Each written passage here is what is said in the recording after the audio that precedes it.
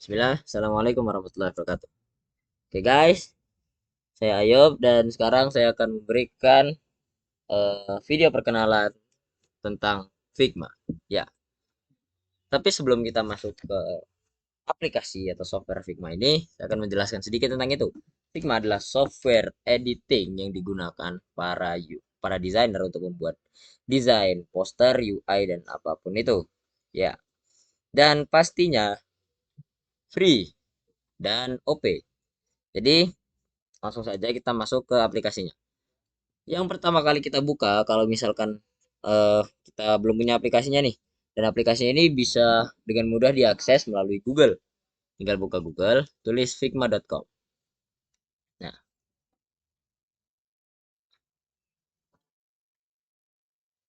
oke.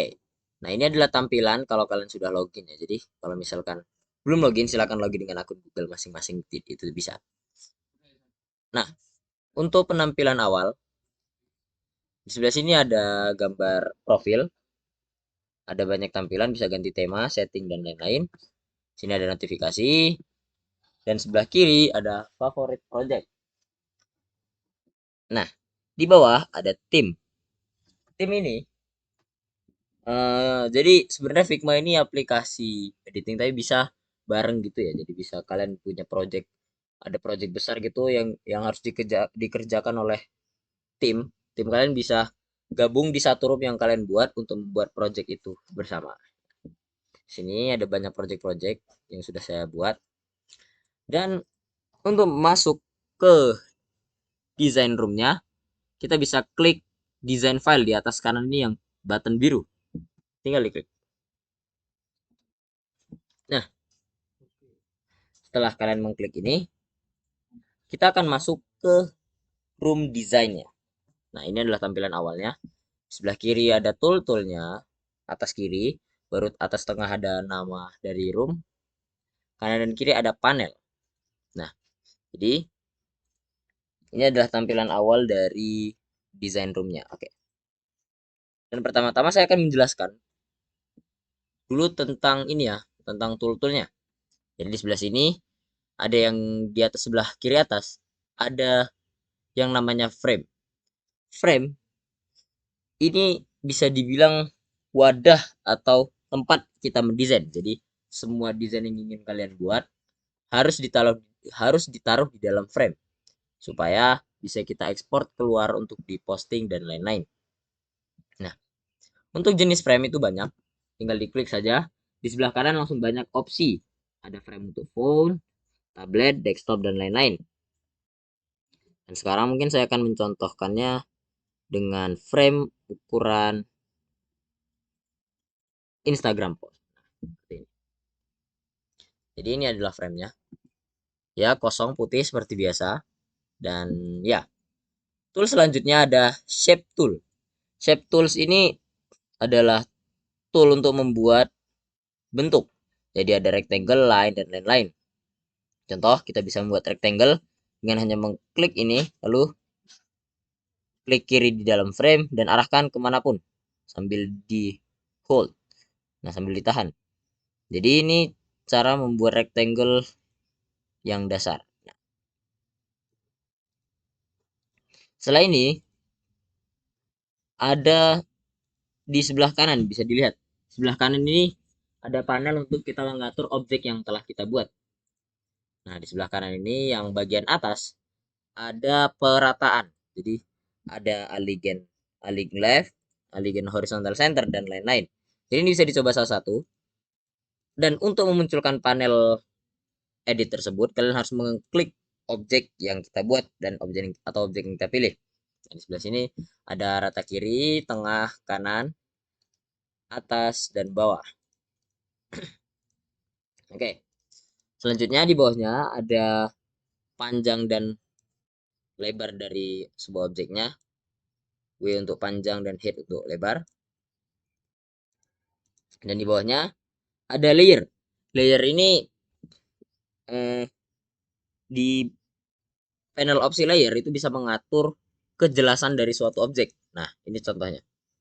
Misalkan kita punya dua shape di sini, lingkaran dan kotak. Nah, lingkarannya kita ubah dulu warnanya di sebelah sini jadi warna merah. Dan kotaknya menjadi warna hijau. Nah, di panel layer ini kita bisa mengatur kejelasan dari objek yang kita pilih. Jadi sebelah sini ada path stroke.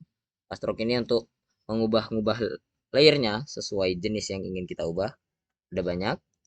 Dan yang 100% ini adalah kejelasannya. Jadi jika kalian mengubah 100% menjadi 50%, objek yang kita ubah opacity-nya tadi itu akan menjadi apa namanya? Tembus pandang ya, tembus pandang. Lanjut di bawahnya ada fill. Fill ini untuk yang mengubah warna tadi. Dan di bawahnya ada stroke. Stroke ini adalah outline atau garis luar. Jadi cara menambahkannya tinggal klik tanda tambah di sini dan ini adalah stroke ya, garis di sudut di ujung objek ini ya. Nah, ini kita bisa ubah warnanya di box warna dan di bawahnya ada inside, outside dan center. Dan apa maksud dari ketiga jenis ini? Inside itu adalah stroke di mana stroke-nya berada di dalam select box. Jadi di sini pas saat kita ngeklik suatu objek kan ada box biru nih. Ada kayak kotak warna biru. Nah, stroke ini yang jenis inside itu kalau kita pakai inside garis yang kita buat tadi akan berada di dalam select box. Dan begitu juga dengan center dan outside. Kalau center ada di antara select box tersebut dan outside ada di luarnya. Dan sebelahnya ini ada ketebalan dari stroke-nya, ketebalan dari outline-nya. Bisa kita atur sesuai kata hati, asik. Dan habis itu ada strokes per side. Stroke per side ini uh, untuk mengatur garis per sisi. Nah, jadi di sini ada untuk sisi atas, bawah, kiri, dan kanan dan ada yang custom. Jadi kita bisa mengubah tebal yang untuk kiri berapa, untuk kanan berapa, atas berapa, bawah dan bawah berapa. Oke. Nah, lanjut di bawah ada efek. Efek ini ada 4 jenis. Inner shadow, drop shadow, layer blur, dan background blur. Nah, untuk mencontohkan ini, saya akan membuat 4 objek terlebih dahulu.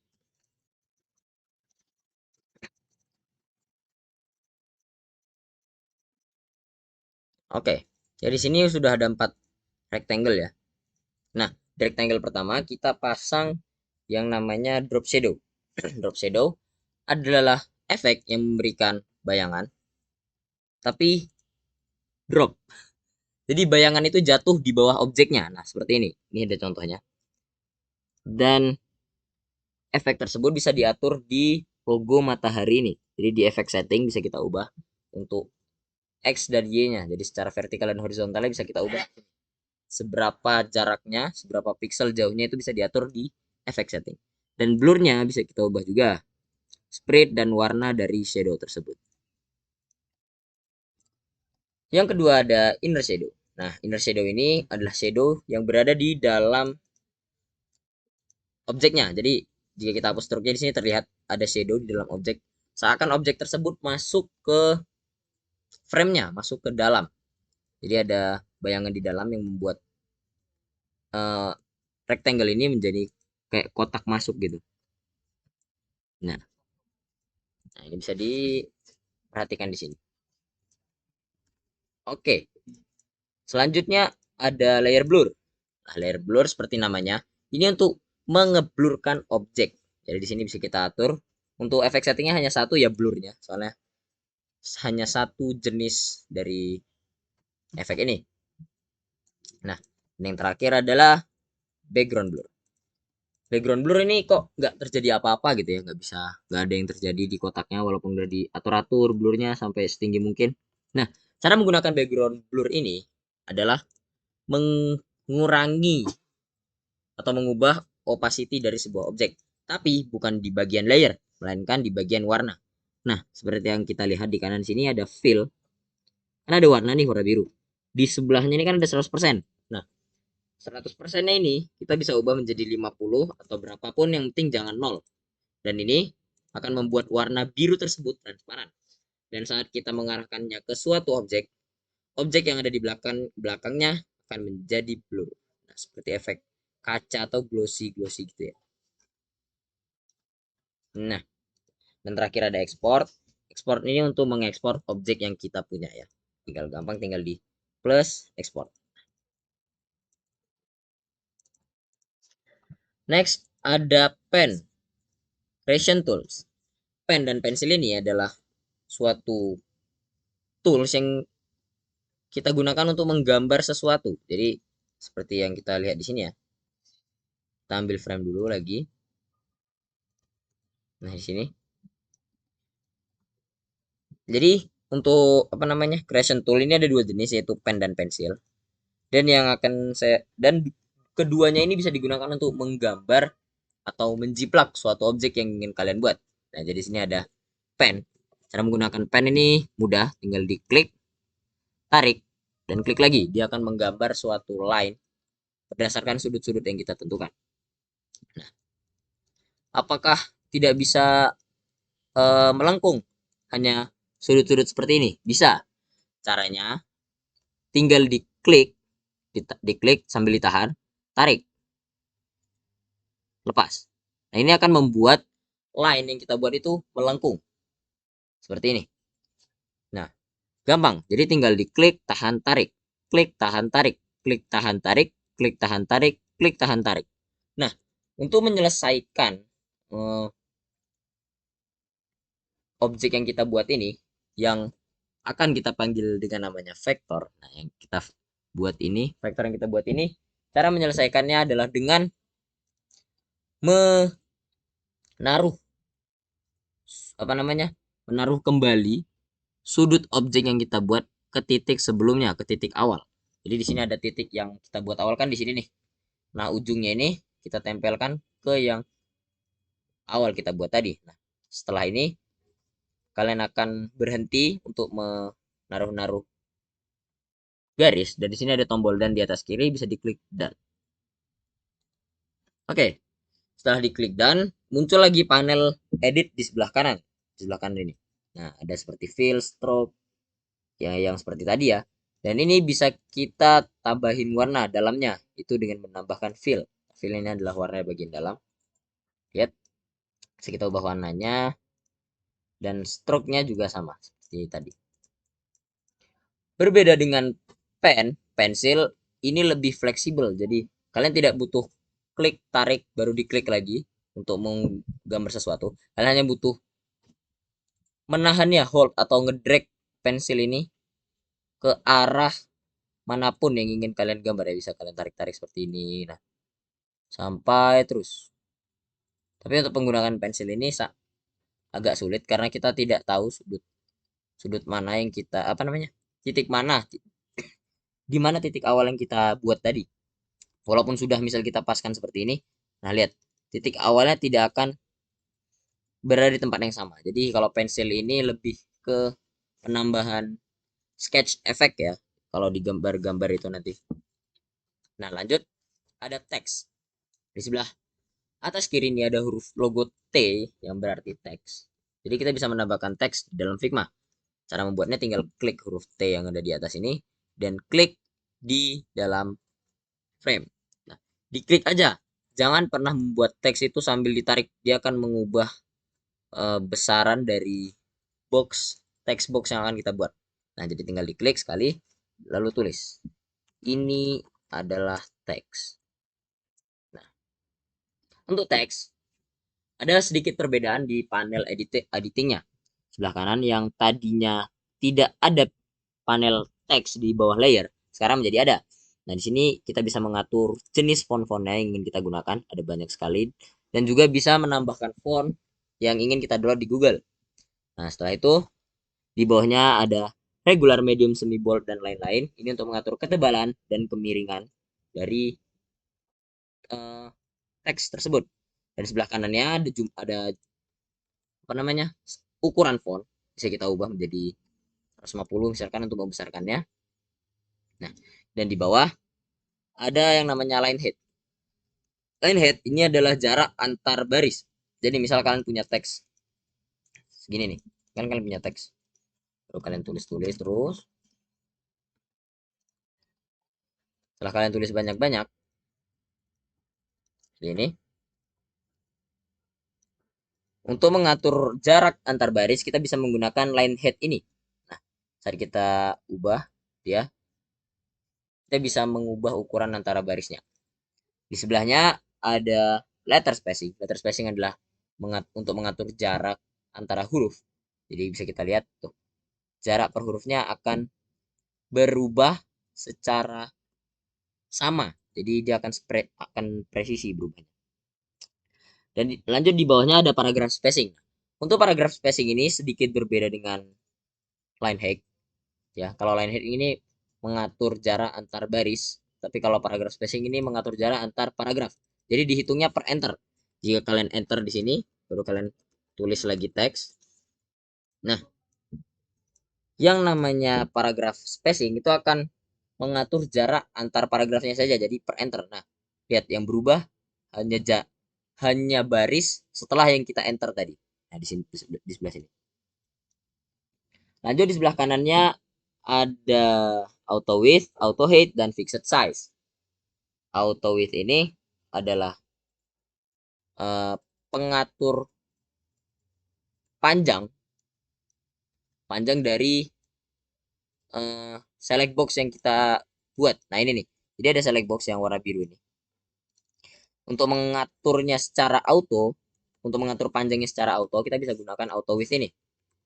Nah, misalkan ini nih, kotaknya kita tarik ke sebelah sini sampai menjadi kecil, dan teksnya kan akan mengikuti nih, mengikuti atas bawahnya. Jika kalian klik auto width, teks boxnya akan memanjang ke kanan sampai teks tersebut habis. Jadi tidak ada yang teks yang turun ke bawah gini. Jadi dia akan selalu memanjang sampai teks itu habis. Nah, auto width adalah eh, pengatur jarak auto eh, lebarnya. Eh, ya lebarnya. Jadi di sini saat kita lihat kan teks box ada kiri kanan atas bawah nih. Jika kalian ubah atas atau bawahnya seperti ini. Nah, jika kalian ada teks lagi. Nah, ini kan teks boxnya ketinggalan nih, nggak ada di bawah. Jadi kalau kalian menyamakan dengan objeknya, pas kalian ingin menyamaratakan, boxnya akan teksnya akan ketutupan item. Jadi untuk menyamai boxnya, kalian bisa klik auto hide ini. Nah, yang di ujung kanan ada fixed size. Fixed size adalah settingan select box yang bisa kita ubah sesuka hati. Jadi kalau misalkan kita pakai auto hide dan auto width ini, itu akan tiba-tiba berubah menjadi fixed size kalau kita mengubah konteksnya semau kita. Jadi jika kita ubah seperti ini, dilihat opsi di sebelah kanan ini akan langsung berubah menjadi fixed size. Nah itu. Oke.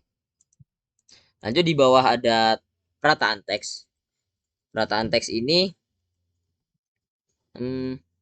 ada 4 jenis ya, tapi yang ditampilin hanya 3. Sebenarnya ada 4, yang terakhir itu justify. Nah, yang pertama ada teks rata kiri, rata tengah, dan rata kanan. Dan untuk yang keempat, kita bisa akses di sebelah kanan ini. Jadi ada titik 3. Nah, di sebelah sini ada bagian alignment, dan ini ada rata kiri kanan. Jadi dia akan membuat teks jadi rata antar kiri dan kanan. Jadi dia nggak ada yang kayak panjang-panjang ini. Nah, ini ada yang panjang bawahnya, lebih panjang atasnya. Jadi semua akan rata menuju ke sudut box yang ujung kanan. Nah, lanjut di sini ada posisi huruf seperti align top, middle, dan bottom. Jadi untuk menaruh huruf sesuai barisnya. Jadi kan baris ini seperti ini nih. Jika kalau kalian menaruh baris, kalian ingin menaruh huruf di baris yang mana? Jadi kalau barisnya segini nih, kalian ingin menaruh huruf itu di tengah baris, di atas atau di bawah. Jadi saat kita mengubahnya, barisnya ada di atas segini, atas bagian atas.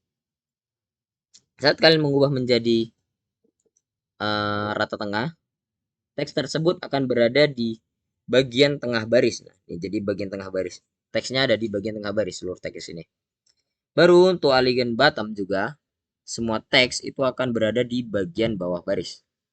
Jadi auto ke atas gitu deh. Nah, tuh langsung naik tulisannya. Oke. Dan lanjut ini ada type setting. Jadi kayak more optionnya atau advanced option.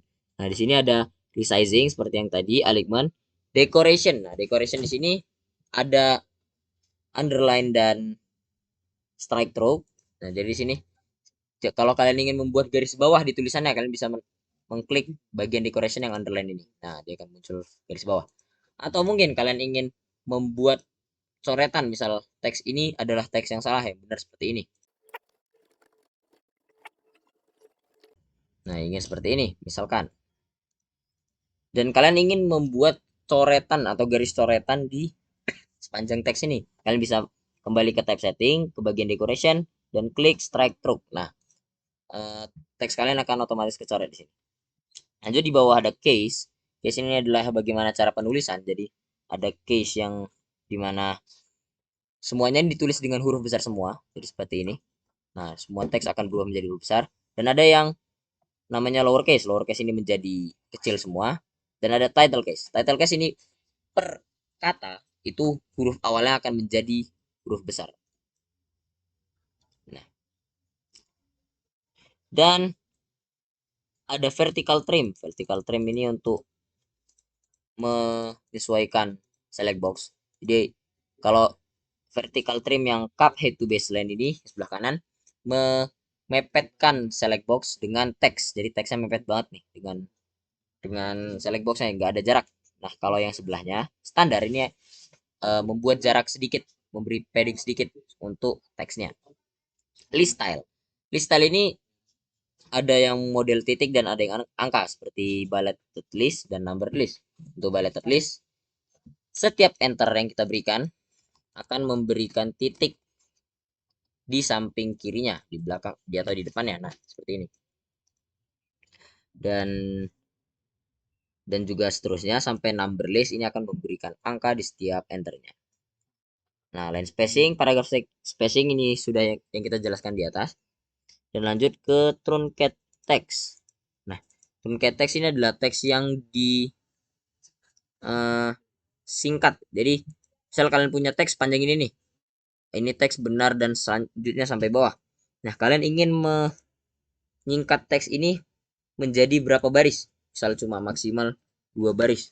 Jadi yang diperlihatkan hanya 2 baris dari teks tersebut. Selebihnya akan ditrunket atau disembunyikan. Lanjut dari panel basic ke details. Di sini ada hanging punctuation. Nah, hanging punctuation ini adalah settingan di mana dia tidak mementingkan yang namanya tanda-tanda spesial, apa namanya? Pokoknya kayak tanda-tanda petik, tanda tanya, dan titik koma itu mereka tidak, select box tidak akan mementingkan tulisan-tulisan tersebut. Jadi kalau misal kalian ada titik koma nih, titik 2 di atas, jika kalian menggunakan yang namanya hanging punctuation, petik 2 tersebut akan berada di luar kotak select box. Nah, seperti ini. Jika kalian tidak menggunakannya, titik 2 itu akan berada di dalamnya. Hanging list sama seperti hanging punctuation. Hanging list ini akan membuat list-list tadi yang kita buat seperti ini. Misalkan ada list nih. Nah, jadi list-listnya ini tidak akan dimasukkan ke dalam select box oleh Figma. Jadi jika kita menggunakan hanging list, nah titik tersebut akan dikeluarkan dari text box seperti ini. Jadi text box yang biru ini mereka akan berada di luar text box. Lanjut ke bawah ada case seperti tadi, dan case sensitive form ini ada kayak misal kalian ingin mengubah tanda panah nih. Kalian ingin membuat tanda panah, nah dia otomatis akan berubah seperti ini. Kalau di Figma akan membuat tanda panah asli, tidak seperti ini. Nah, tidak putus. Misalkan kita tulis-tulis di WhatsApp atau di aplikasi lainnya, jika kita tulis minus dan kurung segitiga ini, dia akan menjadi terputus. Tapi kalau di Figma, dia akan otomatis tersambung menjadi anak arah panah seperti ini. Nah, lanjut ke variabel. Variabel ini untuk mengatur weight dan kemiringan ya, ketebalan dan kemiringan dari sebuah teks. Jadi misal kalian nggak mau pakai medium atau tidak mau menggunakan template atau settingan awal dari Figma, kalian bisa menggunakan type setting dari variable. Kalian bisa mengubah ketebalan dan kemiringan dari huruf. Nah, selanjutnya ada apa ini? Resource. Di dalam resource terdapat 3 jenis panel, yaitu komponen, plugin, dan widget. Dan yang biasa kita gunakan di sini adalah plugin. Nah, plugin adalah software di dalam software yang digunakan untuk mempermudah pengerjaan desain, untuk mempermudah kita dalam membuat desain. Jadi seperti ini. Eh, misal kalian ingin menambahkan icon, sesuatu icon dalam desain kalian, kalian bisa mencari plugin yang menyediakan icon-icon open source yang bisa kita gunakan. Nah, yang saya sarankan adalah plugin Iconify. Nah, di sini bisa kita klik tulis Iconify dan dia akan keluar panel baru seperti ini. Nah, ini adalah plugin Iconify. Jadi misal kalian ingin mencari icon card, tinggal saja tulis card dan dia akan memunculkan banyak opsi untuk icon. Nah, mungkin sekian yang dapat saya sampaikan. Kurang lebihnya saya mohon maaf. Ya, saya akhiri dengan wabillahi taufik wal hidayah. Assalamualaikum warahmatullahi wabarakatuh.